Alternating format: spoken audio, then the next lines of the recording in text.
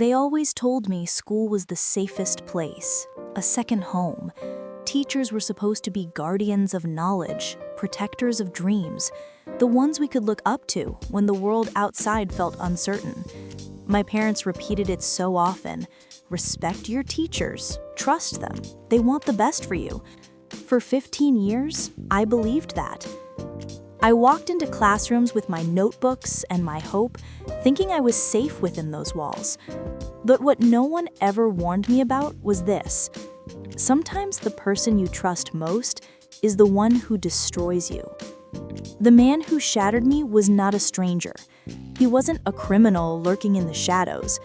He was my teacher, my mentor, the one everyone respected, the one who looked me in the eye and told me I was special.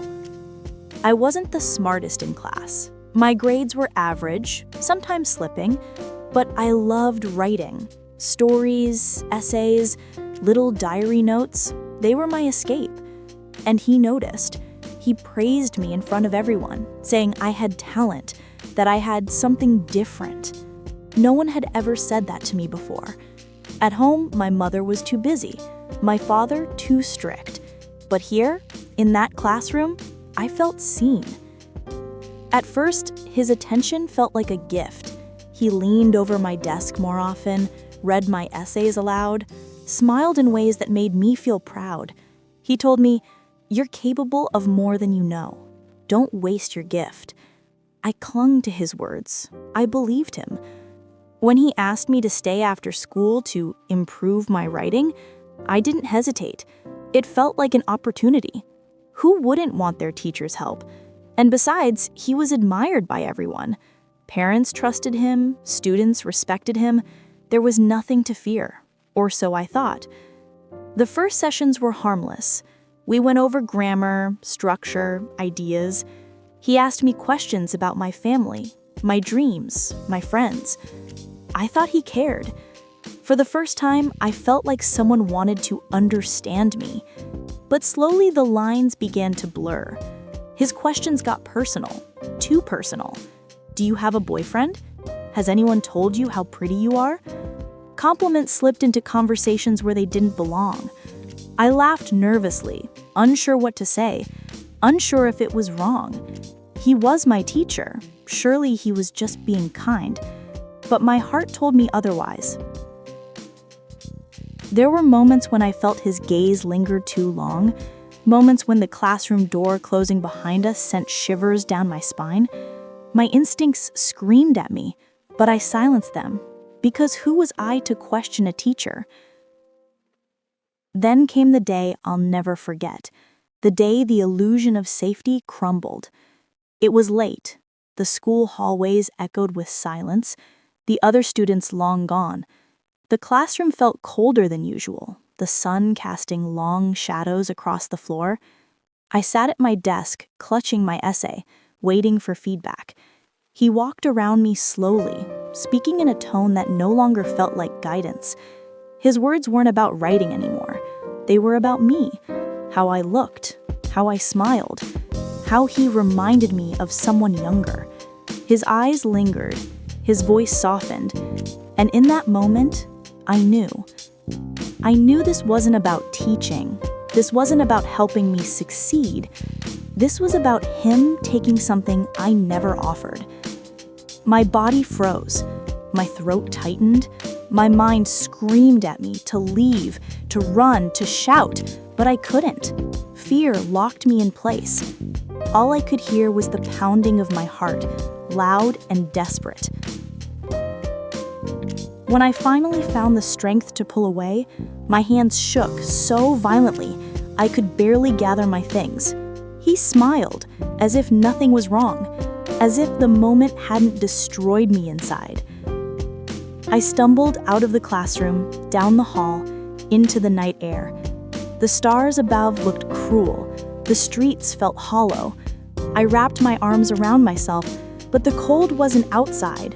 It was inside me. That night, I lay in bed staring at the ceiling. My body trembled with every memory of his voice, his eyes, the suffocating silence of that room. I wanted to tell someone, my mother, a friend, anyone, but the words wouldn't come. Because I already knew how it would sound. Don't be silly, he's your teacher. He would never do that. Or worse, don't ruin his reputation. Reputation. That was the word that trapped me. He had it. I didn't. He was respected, admired, trusted. I was just a girl.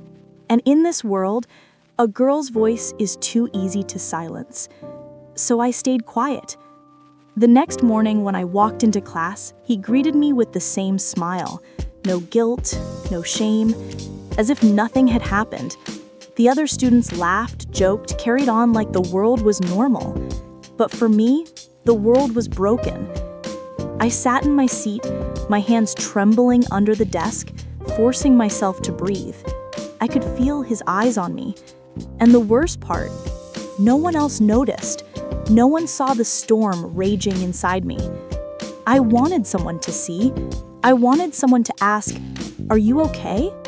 But no one did. My silence became invisible armor, but it was suffocating me from the inside out. Day after day, I returned to that classroom. Day after day, he pretended to be the same charming teacher, and I pretended to be the same eager student. But inside, I was crumbling. Each time the door closed, each time he leaned too close, the weight grew heavier. I began to dread school, the very place that was supposed to protect me. My grades slipped, my laughter disappeared. My friends noticed I was distant, but I brushed them off. How could I explain what I couldn't even say out loud? But yet, a small part of me hoped that maybe someone would notice the way my smile didn't reach my eyes anymore, the way my voice trembled when I spoke his name. Hope that maybe my mother would look at me one evening and see the cracks. But no one saw, no one asked. And so, I carried the secret alone. I told myself maybe it was over. Maybe if I kept quiet, it would stop. Maybe he would move on, and I could bury this memory deep enough to forget. But I was wrong. So very wrong. Because that was only the beginning. People say silence is peaceful, that quiet moments give the heart room to rest. But my silence was not peace. It was a prison. Every day that I kept the truth locked inside me, the walls of that prison closed tighter, stealing my breath, stealing my light. After that night, school was no longer school. It was a battlefield. Every morning, I walked through those gates with shaking hands, my backpack heavy not with books, but with fear. The other students laughed, chased each other in the yard, talked about music and crushes and weekend plans. I used to laugh with them, but now their voices sounded like they came from a world I no longer belonged to. I was living in two realities. On the outside, I was the quiet girl with average grades, the one who teachers barely noticed unless they were scolding her for not paying attention. On the inside, I was screaming.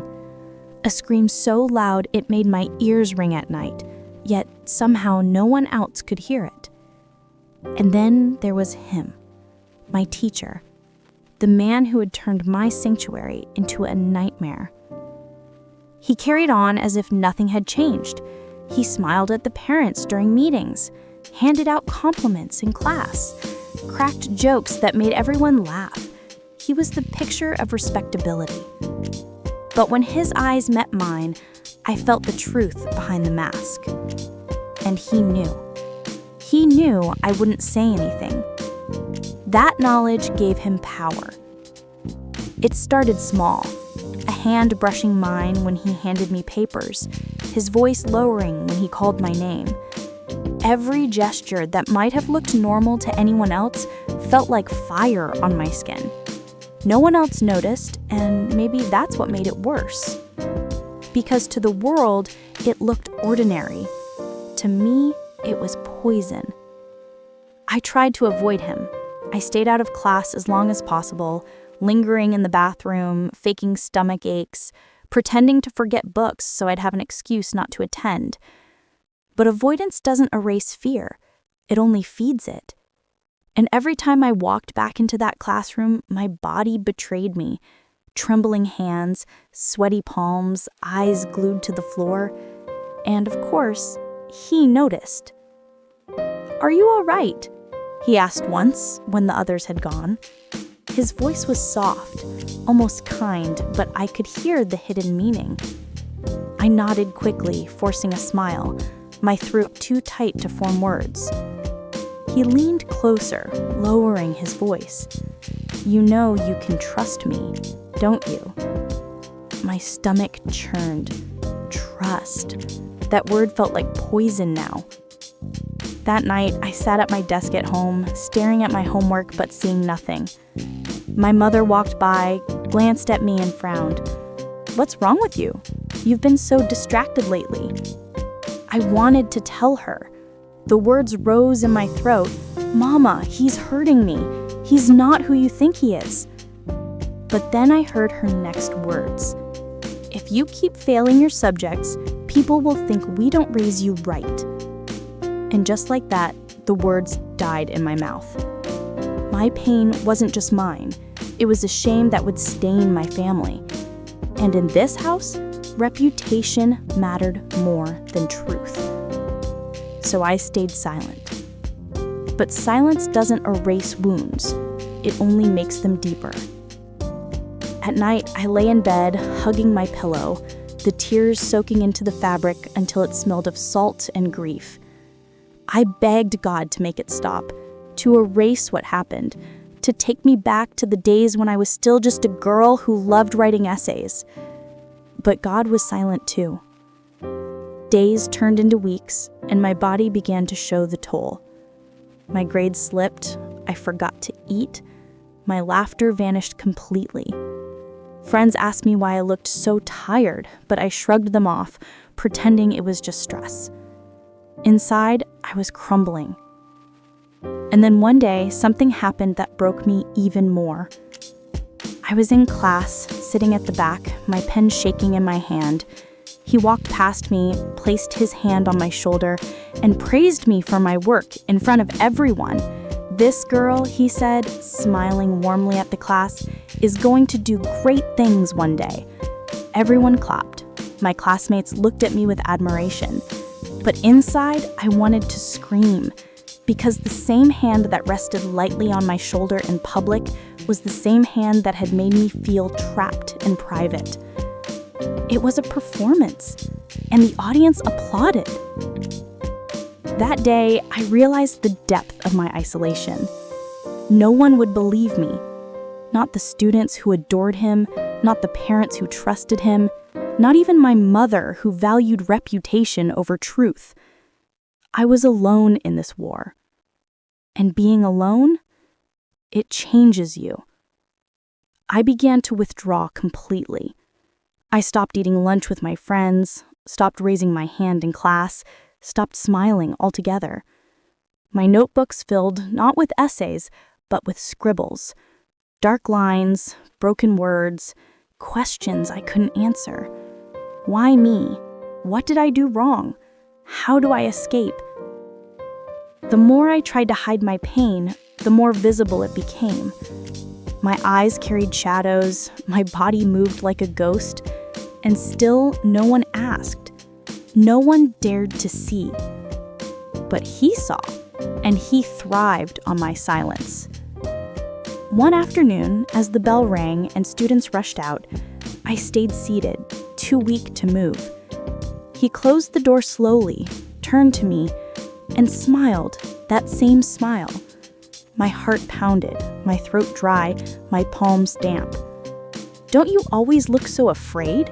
he asked, his tone dripping with false concern. "Don't you trust me?" I stared at the desk, biting my lip until it bled, willing myself not to cry. And then he whispered words that chilled me to my core. "You know no one would believe you even if you tried. People trust me, not you." In that moment, I realized the full weight of my prison. It wasn't just fear holding me back. It was power. His power, built on reputation, respect, and lies. I left the room shaking, my vision blurred by tears. The hallway felt endless, the lockers towering like prison bars. I stumbled outside, gasping for air, clutching my chest as though trying to hold myself together. And that night, as I curled into bed, one thought consumed me. If no one believes me, what happens next? How much worse can it get? I didn't know the answer then, but I was about to find out. Because my silence wasn't protecting me, it was feeding him. They say time heals everything, but for me, time only deepened the wound.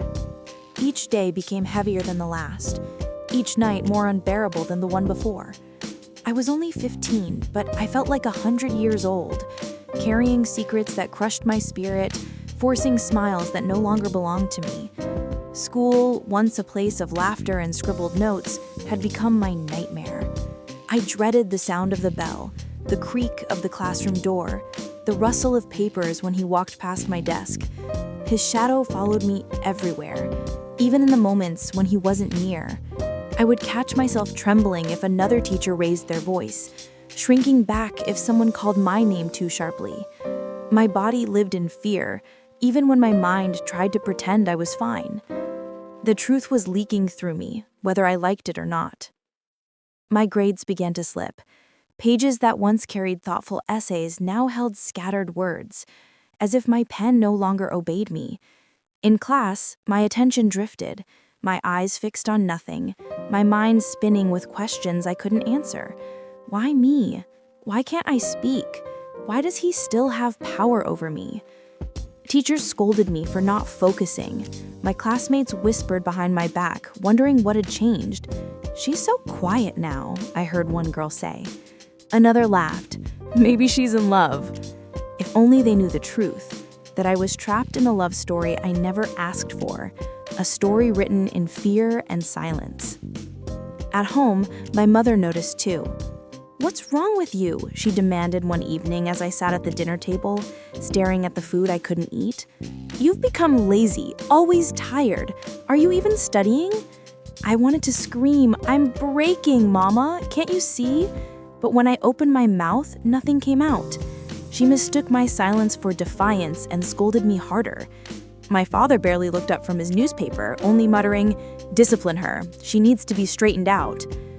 Straightened out, as if I was a crooked nail, not a bleeding heart.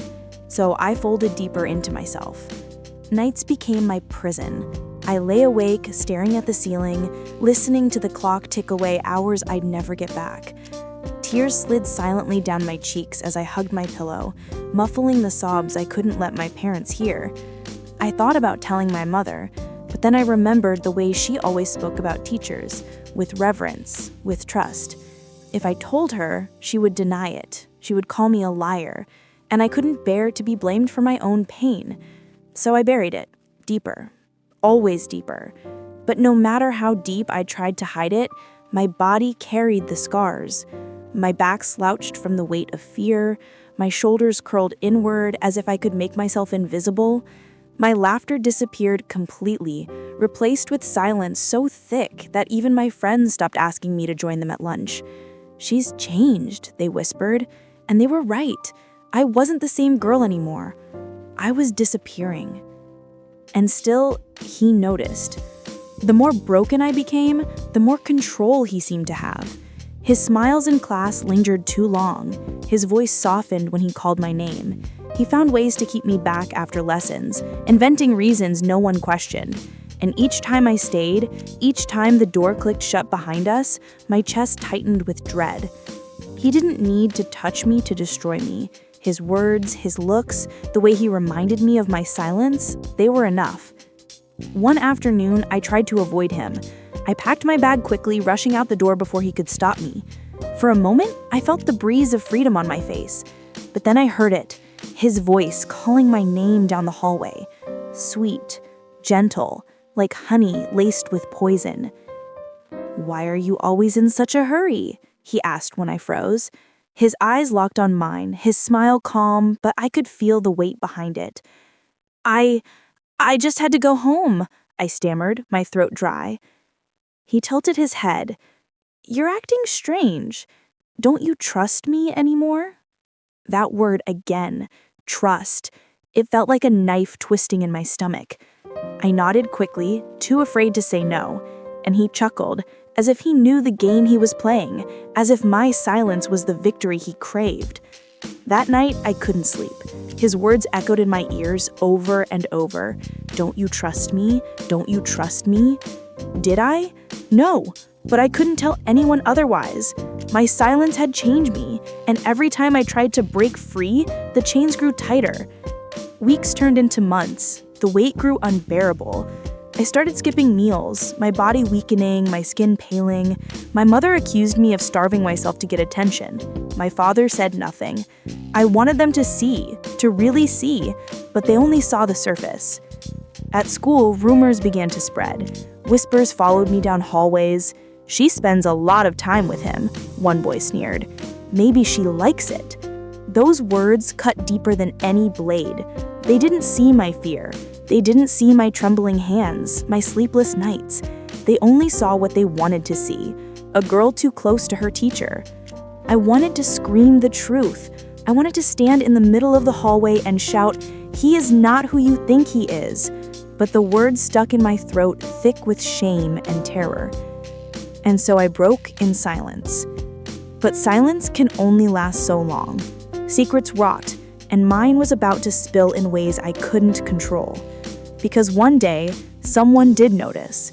Not my friends, not my parents, but him. The man who already held too much of my life in his hands. And the way he looked at me that day told me one terrifying truth. He wasn't finished. Silence doesn't protect you forever. Eventually, it turns against you. My silence became a weapon in other people's hands, something they used to twist the truth, to paint their own stories about me. By now, months had passed since the first time my teacher betrayed my trust.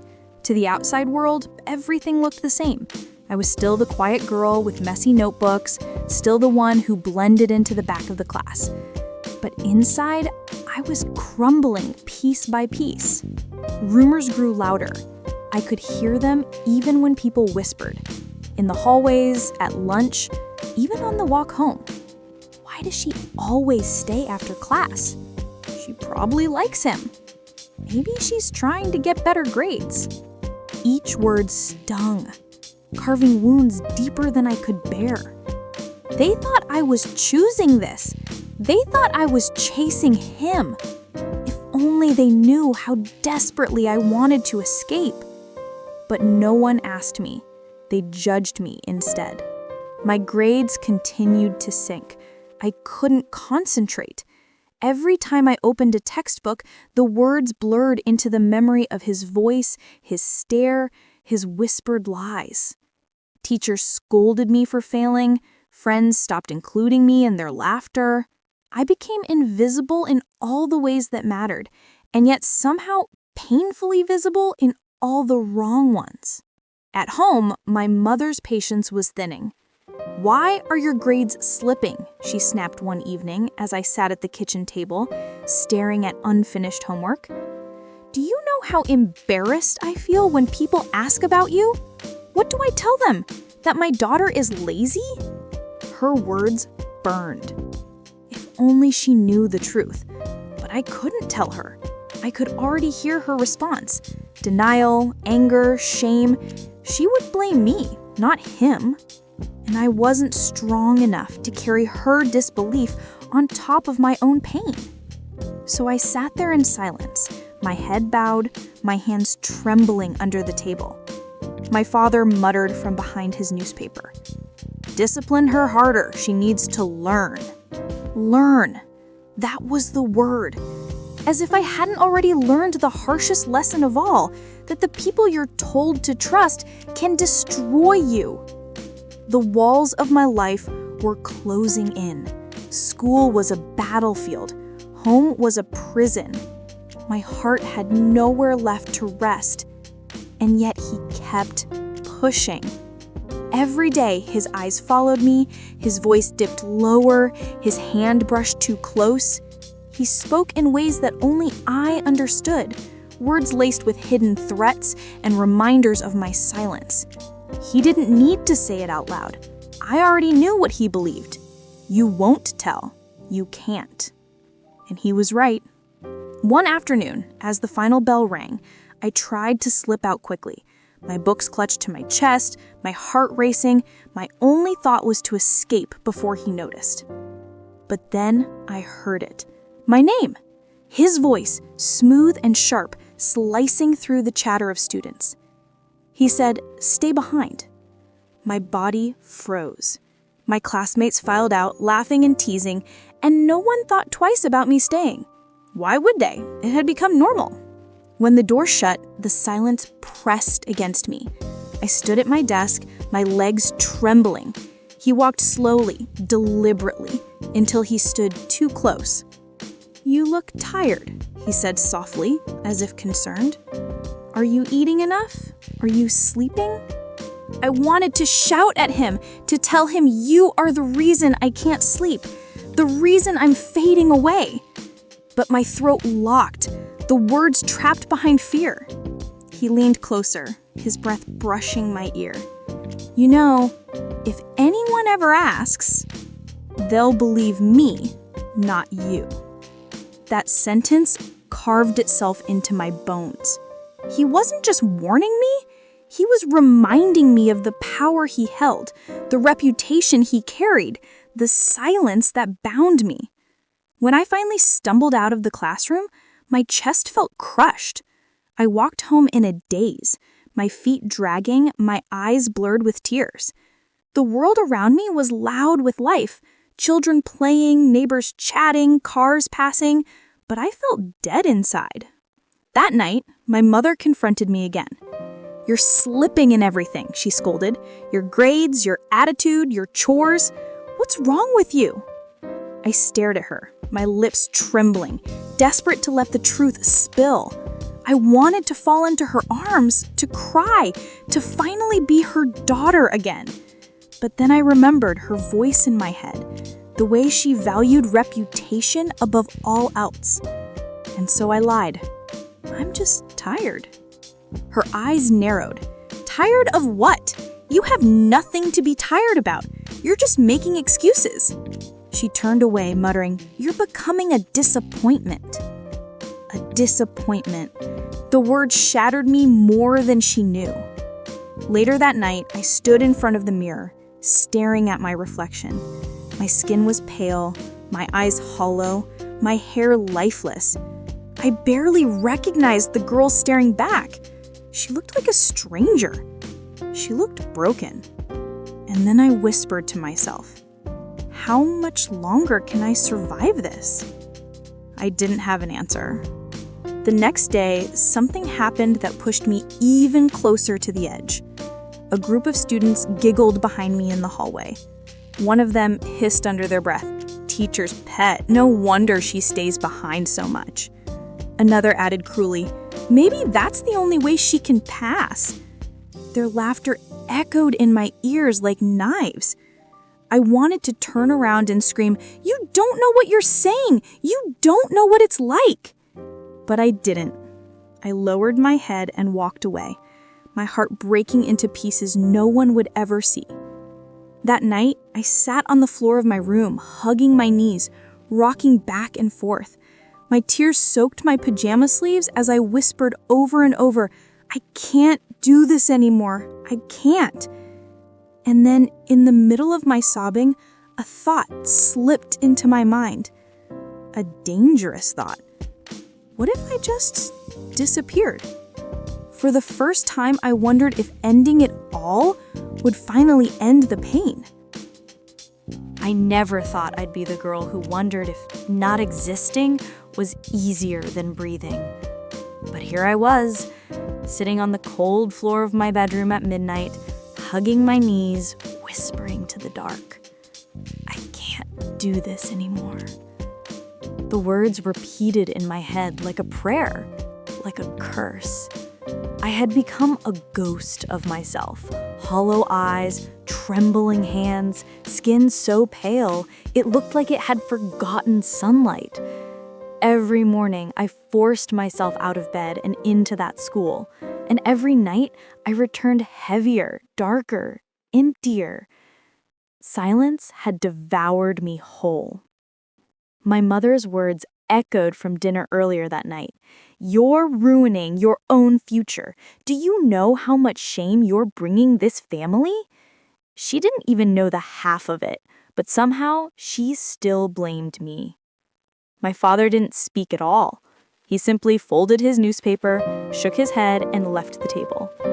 I stared at my untouched food, my throat tight, my hands trembling under the table.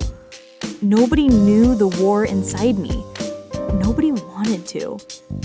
So now, at midnight, I sat on the floor, my back against the bed, my tears soaking through my pajama top.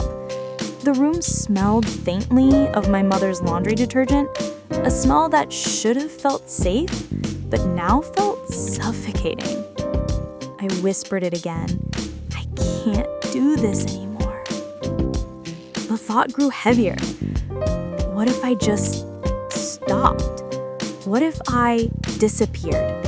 And all the whispers and the stares and the hands that weren't supposed to touch me could never reach me again. Would anyone even notice? Would anyone care? I pressed my face against my palms, sobbing into my palms. I was 15, but I felt like my life was already over. And then something happened. It started with a faint sound, a ping from my phone. I almost didn't check it. I didn't want to talk to anyone. But something in me, maybe the part of me that was still alive, reached for it. It was a message from an old friend I hadn't spoken to in months.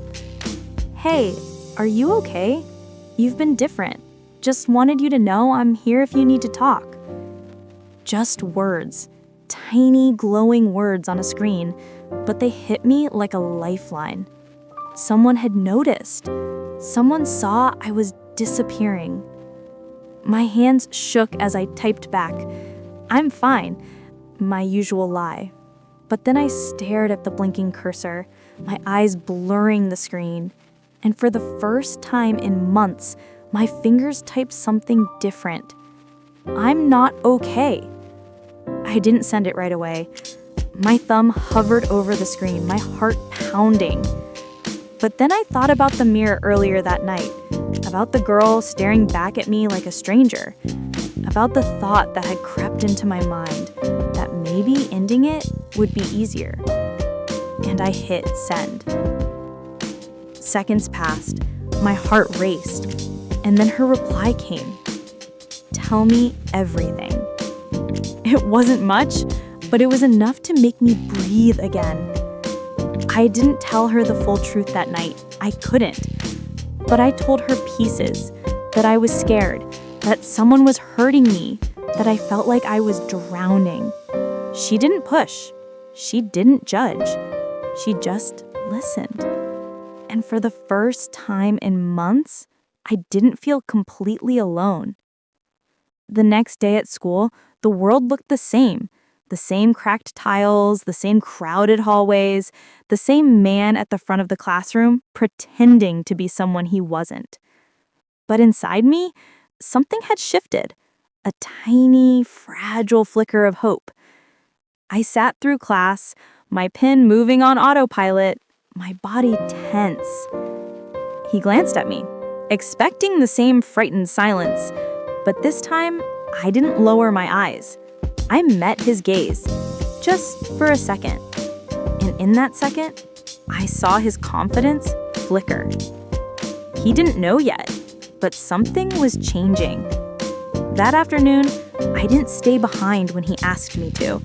I walked out of the classroom without looking back.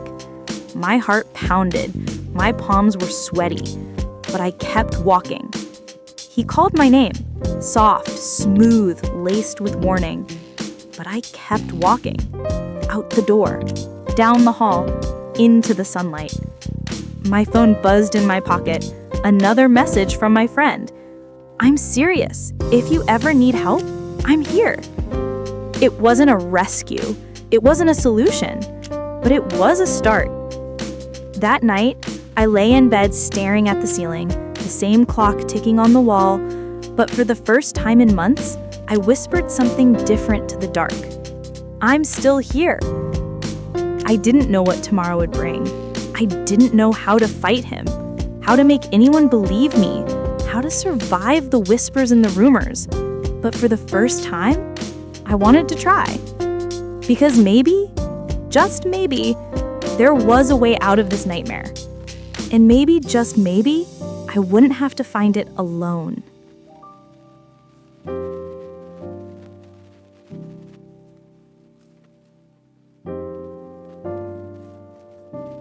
People think abusers are loud, violent, easy to spot. But sometimes the most dangerous ones wear masks of kindness. They smile, they charm, they earn respect, so that when you finally speak up, the world doubts you instead of them. That was him. That was my teacher. But something inside me had shifted since that night I almost gave up. Just a message, a small lifeline from a friend, had reminded me I wasn't invisible.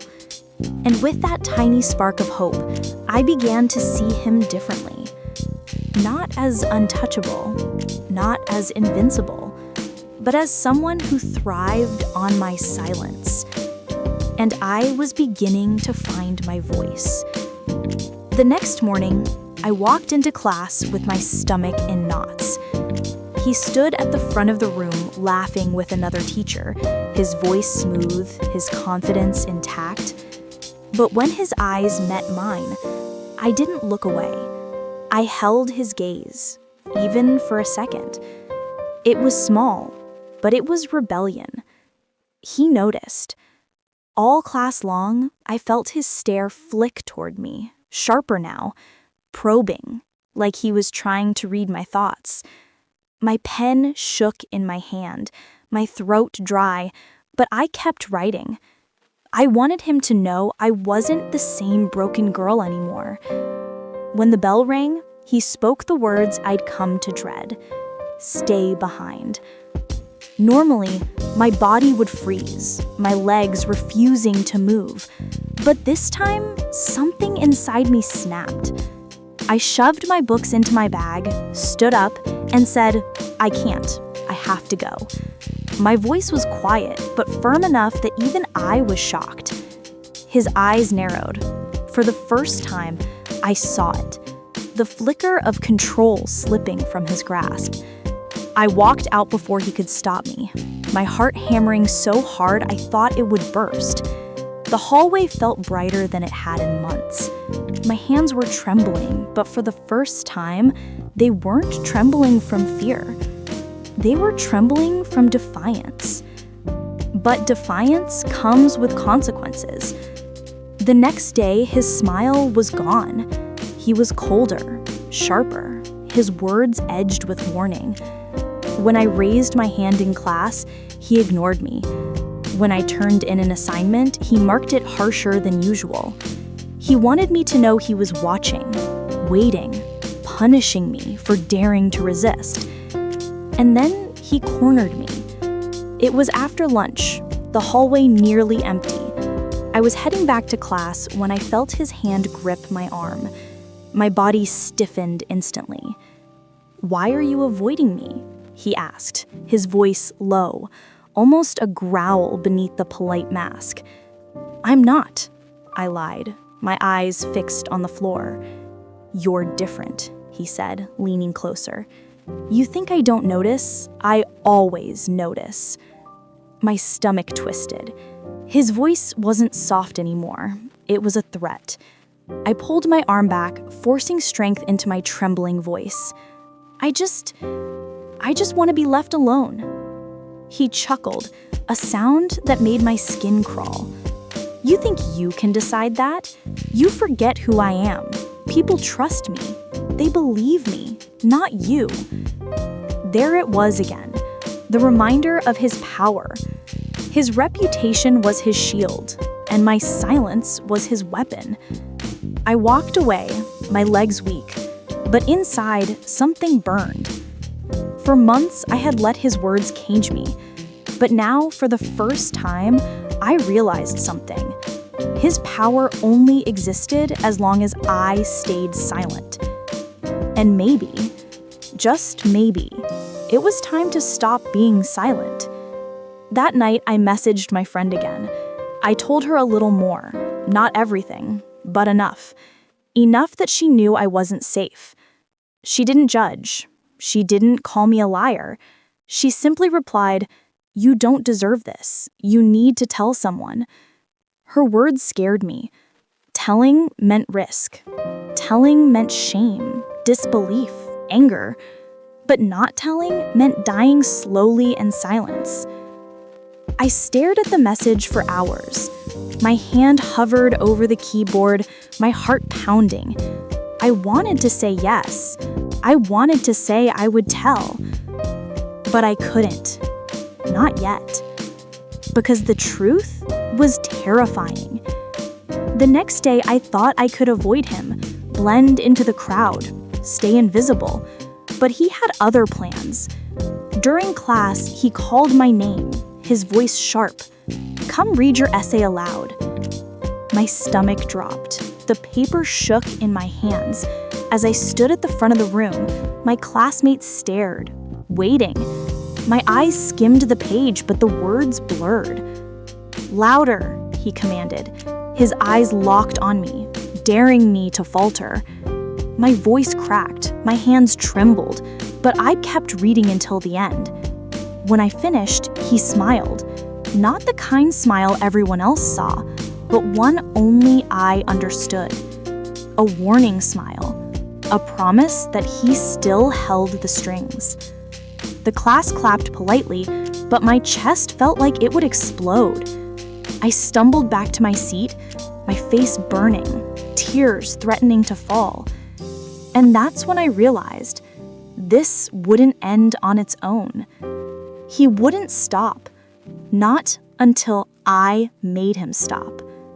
That night, I stood in front of the mirror again. My reflection was the same pale, tired girl. But in her eyes, I saw something new, something fierce. I whispered to myself, "You have to speak. You have to." But even as I said it, a knock came at my door. My mother's voice followed. "Tomorrow, your teacher asked me to meet him after class. He says he's worried about your grades." My heart stopped. Tomorrow. He had involved her now too. And if he could charm my mother the way he charmed everyone else, I would lose the last chance I had. The next morning, my chest felt heavy, like a stone pressing against my lungs. I barely touched my breakfast. My mother scolded me for skipping food, but her words rolled off me like static. All I could hear was the echo of her voice the night before.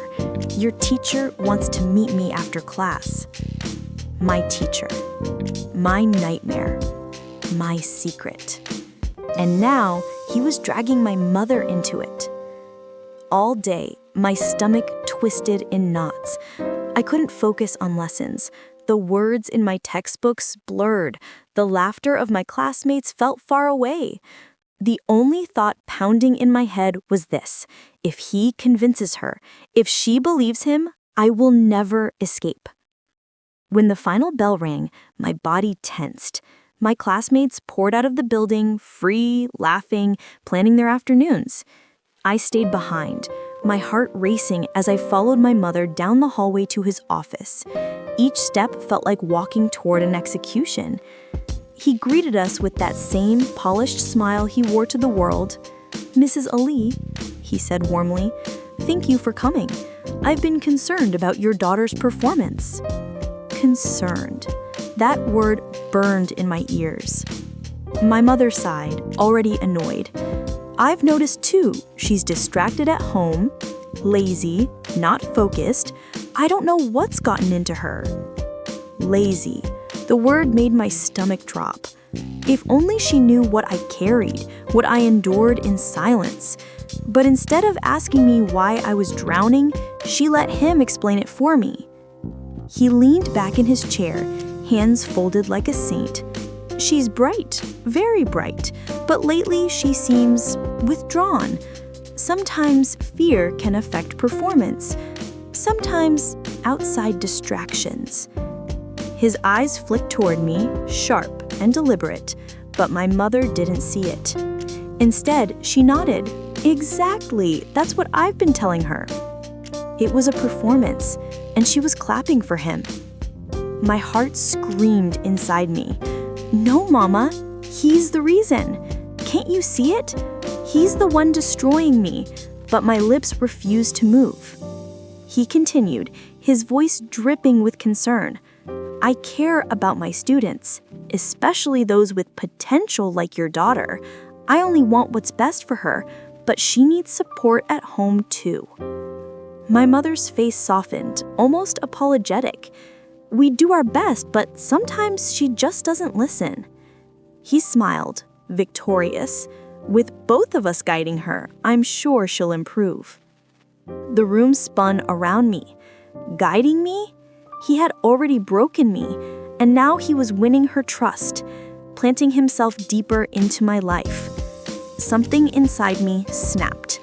I blurted out, my voice trembling, but loud enough to cut through their polite conversation. Mama, he's lying. The words hung in the air like a thunderclap. My mother froze, her eyes narrowing at me. What did you just say? My throat tightened, but I forced the words out. He's not who you think he is. He's the reason I can't sleep. He's why I'm failing. Enough, she snapped, her face flushing with anger. Do you hear yourself? Do you know what you're saying? She turned to him quickly, her voice desperate. I'm so sorry. She's been moody lately. Please don't take this to heart. Tears filled my eyes. I'm telling the truth, Mama. Please believe me. But she didn't. Her hand gripped my arm tightly, nails digging into my skin as she hissed, Stop embarrassing us. Do you know how much shame you could bring on this family with such lies? I felt my world collapse. She didn't believe me. She wouldn't believe me.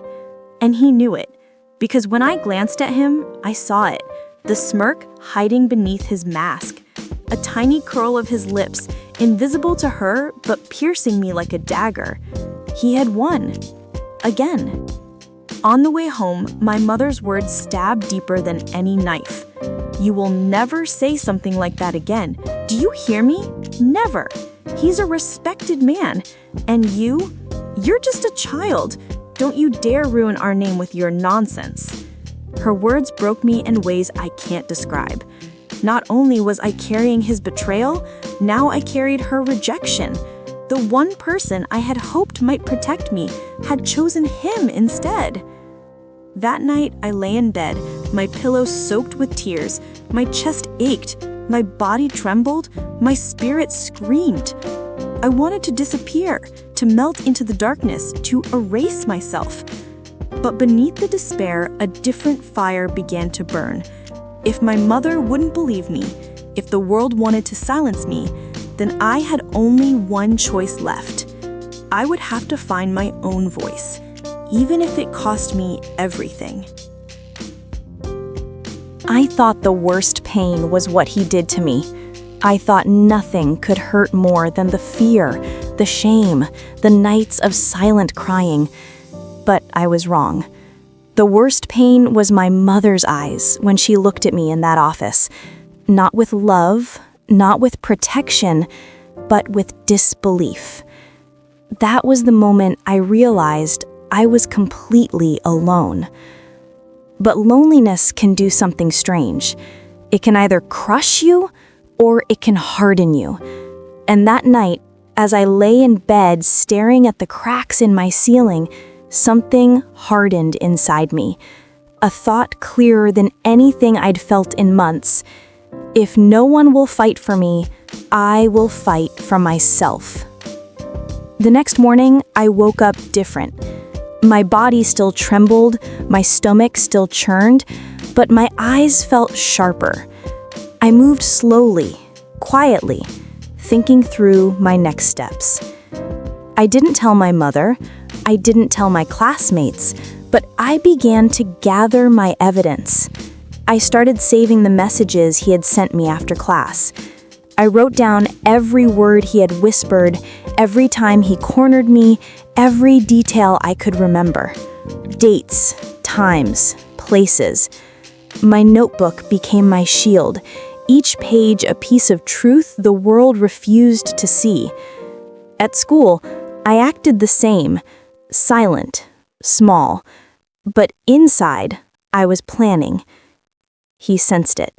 I could feel his gaze on me, sharper now, like a hunter realizing his prey was slipping away. His compliments turned to coldness, his control turned to anger. "Stay behind," he said one afternoon, his voice tight. I looked him straight in the eye and said, "No." My voice didn't shake, my hands didn't tremble. For a split second, he froze. He wasn't used to hearing no from me. But then his smile returned, smooth as ever. "We'll talk later," he murmured. But I didn't plan to talk later. I planned to end this. That evening, I went to the one person I thought might help me, the old friend who had messaged me. We sat on a park bench, the wind tugging at my hair as I handed her my notebook, my hands shaking. She read in silence, her brow furrowing, her lips tightening. When she finally looked up, her eyes were shining with tears. "Why didn't you tell me sooner?" she whispered.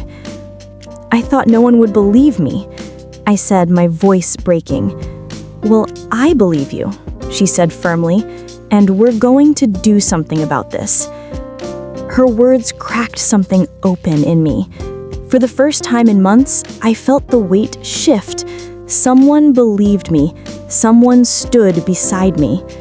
Together, we went to the school counselor. My voice trembled at first, but as I spoke, the words spilled out faster, louder, stronger. Everything I had buried came pouring out. The after-class sessions, the whispered threats, the lies, the pain. The counselor listened, really listened. She didn't accuse me of lying. She didn't tell me to be quiet.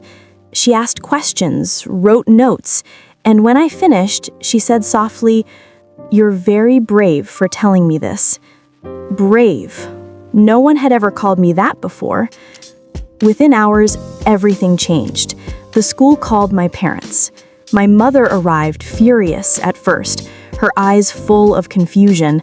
But when she saw the notebook, the messages, the evidence, when she heard the counselor's voice steady and serious, something in her face crumbled. She looked at me, and for the first time, I saw not anger, not shame, but horror. Horror at what she hadn't seen, horror at what I had endured. She reached for me, her hand trembling. "Why didn't you tell me?" she whispered. I stared at her, my throat tight. "Because I thought you wouldn't believe me." Her eyes filled with tears. "I'm so sorry." Those words didn't erase the pain. They didn't undo the months of silence, but they cracked the wall between us, and that was enough. The police came next. Statements were taken. The teacher was suspended pending investigation. Whispers spread through the school, but now the whispers were about him, not me. It wasn't easy. People still doubted. Some still whispered that I had made it up, that I wanted attention. But I wasn't alone anymore. My friends stood beside me, the counselor stood beside me, and slowly my mother began to stand beside me too. Testifying was the hardest part. Sitting in a cold room, telling strangers about the darkest parts of your life, reliving every moment. But each word I spoke felt like reclaiming a piece of myself. And when it was over, when I walked out of that room into the sunlight, I felt something I hadn't felt in so long. freedom. It wasn't perfect. Healing isn't a straight line. There were nights I still woke up crying, days when the shame felt heavier than the hope. But I had started to build a new life out of the ruins. I returned to writing, not essays for him, but stories for myself. Stories about girls like me, girls who were silenced but found their voices. Stories that might reach someone else before it was too late. And now sitting here years later telling you my story, I want you to know this. Silence protects no one. It only feeds the ones who hurt you. But your voice, even trembling, even cracked, even late, can break chains. If you're listening to me, if you're carrying a secret like mine, please hear me. You are not alone, you are not at fault, and even in the darkest nights, there is a way forward. I thought my story ended in that classroom, but it didn't. It began again the day I spoke.